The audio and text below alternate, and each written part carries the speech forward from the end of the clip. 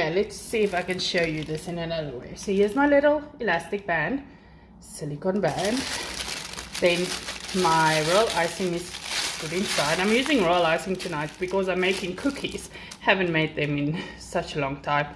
So what I do is I just wrap it around like I would do my hair, and the elastic band will make sure my frosting doesn't drip out. I can do it one more time if I want to. Quite strong. There we go. So like I mentioned, these are on my website. If you want to go and check it out, it's quite inexpensive and it helps so much with that frosting not going out there. Just a little tip. Right, so I'm a little rusty, but I think they came out quite cute. So I really need to thank Ice SA, who helped me with these ones. They are quite gorgeous and made my cookie cutting parts so much easier. Right, one last trick before I send you off to bed. Do you see the 12 cupcake stints?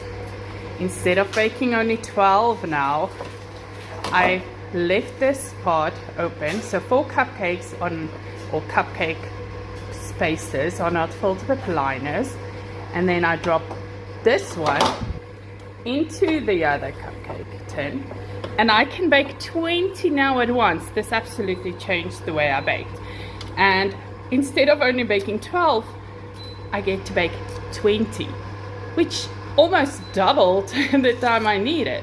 So that's a quick tip. My oven is big enough so I can put in 20 at a time. I have one more cake to do tonight. But let me show you a part of it, which I all made with chocolate. And that's why I love the silicone mold so much. I have loads of them. I just pour the chocolate in, scrape it off like this. Oh, my chocolate is not melted enough. I'm going to show you once it's melted.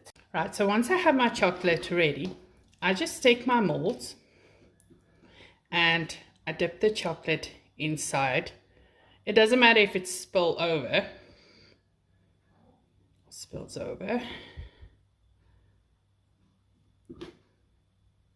Okay, so I love using these little ones. So I'm just going to fill them up. And then what I'm going to do is you want to tap your mold just once or twice to get all the air bubbles out. And then I scrape it off. And you can see where the air bubbles is, and you can fill those up so you get beautiful roses. And scrape it off.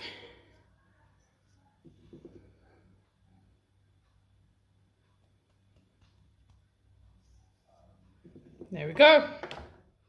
And then I put these in the freezer or in the fridge for a little while, and then I end up with beautiful little roses like